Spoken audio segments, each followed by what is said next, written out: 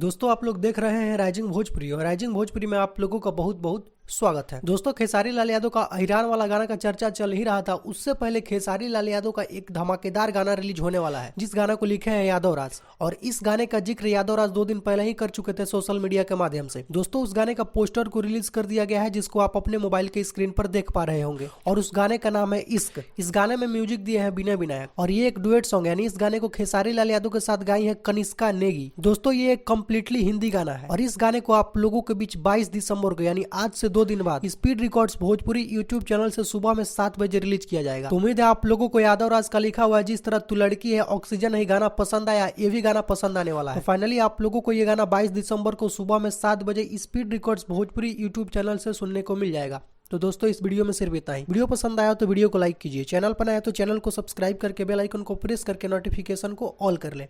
तो मिलते हैं एक नई वीडियो में नई खबर के साथ, तब तक के लिए धन्यवाद।